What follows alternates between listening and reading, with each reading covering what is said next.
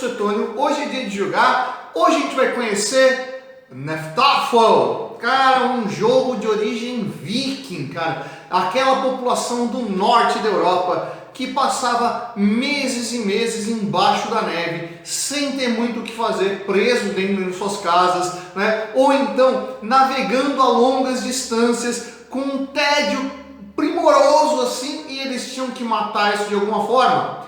E hoje vamos aprender como é que esses vikings matavam o tempo jogando Hnefatafl. Vamos começar conhecendo o tabuleiro, tá? Percebe que esse tabuleiro lembra os tabuleiros que você já conhece, de xadrez, de damas, mas se você começar a contar as casas, você vai perceber que ele é um pouco maior. Um tabuleiro de xadrez ou de damas, ele tem 8 casas por 8 casas. Esse aqui tem 11 por 11. 11 casas por 11 casas. Tá? Então, não dá para você adaptar um tabuleiro de xadrez, por exemplo, para jogar Hnefatafl. Você teria que desenhar isso aqui, né? Precisa ser uma caixinha bonitinha que nem eu fiz. Não, cara, você pode fazer um pedaço de papel que já está bem legal, tá? Vamos começar conhecendo as casas. Na verdade, tem 5 casas importantes aqui, o resto se perde logo no começo do jogo. Quais são essas 5 casas? Essas que têm o mesmo desenho aqui, no centro e nas pontas do tabuleiro. A do centro é chamada Casa do Trono, porque é onde vai ficar a figura do rei. Já vou apresentar as peças para vocês. As outras 4 casas são chamadas de casas do refúgio, né? Que é para onde o rei, né, esse personagem, deve se dirigir, né, para um dos 4 refúgios. Em torno do rei fica o exército dele, né? Você vai encontrar aqui um conjunto de 12 casas para 12 soldados, né? Então tá lá, né? 3, 4, com 4, 8, 9, 10, 11, 12 casas, né? Diferente do xadrez, das damas, da maior parte dos jogos de tabuleiro que você conhece, os 2 jogadores que vão participar do Hnefatafl não vão ter a mesma função. Um desses jogadores vai controlar quais peças? O rei e os soldados, que vão ocupar essa área central e que tem a missão de garantir que o rei consiga chegar a um dos 4 refúgios. Além do rei e dos soldados dele, você vai ter os invasores, que vão ocupar essas casas que estão aqui nas laterais, né? Então aqui nas laterais, em cada lateral, você vai encontrar um conjunto aqui de 6 invasores, 6 vezes 4, 24 invasores. Então, invasores, rei e soldado não têm o mesmo número de peças e não têm a mesma função. Vamos montar o tabuleiro agora para você conseguir entender como é que funciona o jogo. Vamos lá então, começando o jogo. Tem as peças vermelhas, que são os invasores, e tem as peças brancas, que são o rei, essa maiorzinha aqui, e os soldados do rei. Legal? A função dos invasores é capturar o rei. A função dos soldados do rei é garantir que o rei consiga chegar a um dos refúgios. O primeiro a começar o jogo são os invasores. Então sempre os invasores começam o jogo. Como é que se começa o jogo?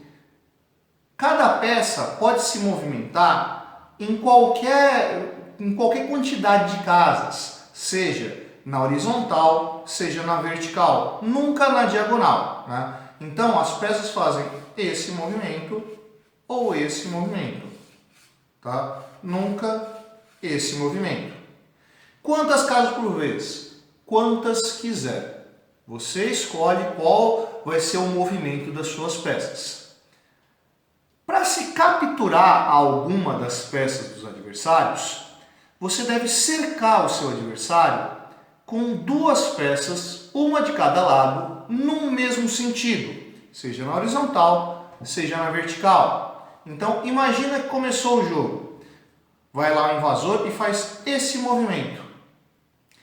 Vem lá o soldado do rei e faz isso. O que aconteceu? O vermelho perdeu uma das suas peças. Agora imagina que foi feito esse movimento e o soldado não resolveu defender. Tinha uma outra estratégia, preferiu sacrificar a sua peça. E ele vai lá e faz esse movimento. Aí o soldado vermelho resolve fazer isso. Pá, olha, vou comer essa peça aqui. Comi essa peça. Ô Fábio, mas espera aí, ó, quando esse soldado vermelho avançou aqui, ele ficou entre duas peças. Pois é, você pode se movimentar para o meio de duas peças sem ser apreendido. No entanto, quando você moveu peças e cercou um adversário, você captura ela. Que nem eu disse, foi uma estratégia. O jogador branco decidiu deixar assim para fazer agora esse movimento e capturar a peça vermelha, sem que em um movimento simples o jogador vermelho possa capturar uma branca. E ele está deixando uma vermelha, né, ameaçada. Ele vai ter que tentar recuar essa peça vermelha, ou seja lá o que for. Ah, mas é só assim que eu posso capturar uma peça? Não. Os refúgios e a torre, e o trono só podem ser ocupados pelo rei, tá? Então, os soldados e os invasores jamais podem ocupar qualquer uma dessas casas. Essa casa só é ocupada pelo rei e por mais ninguém, tá? Então, vamos imaginar uma situação hipotética. Existe um invasor nessa casa ao lado do refúgio. Se um soldado foi lá e cercou ele entre o refúgio ou entre o trono e um soldado, esse invasor é capturado. Ou qualquer um, se fosse o inverso, né? Se fosse soldado, ele seria capturado, independente de como for. E o rei, ele pode fazer esse mesmo tipo de movimento? Pode. Se você tiver um rei, um soldado ao lado de um invasor, se conseguir gerar esse movimento, essa figura é capturada da mesma forma, né? Isso quer dizer, o movimento do rei, o movimento do soldado, o movimento do invasor é exatamente o mesmo. Sempre na horizontal ou na vertical, quantas casas você escolher, certo? Não tem um mínimo ou um máximo, você pode dar uma casa, pode até o final do tabuleiro, tanto faz, né? Mas o rei, ele não tem qualquer força maior do que os soldados, né? Ele promove exatamente a mesma ação.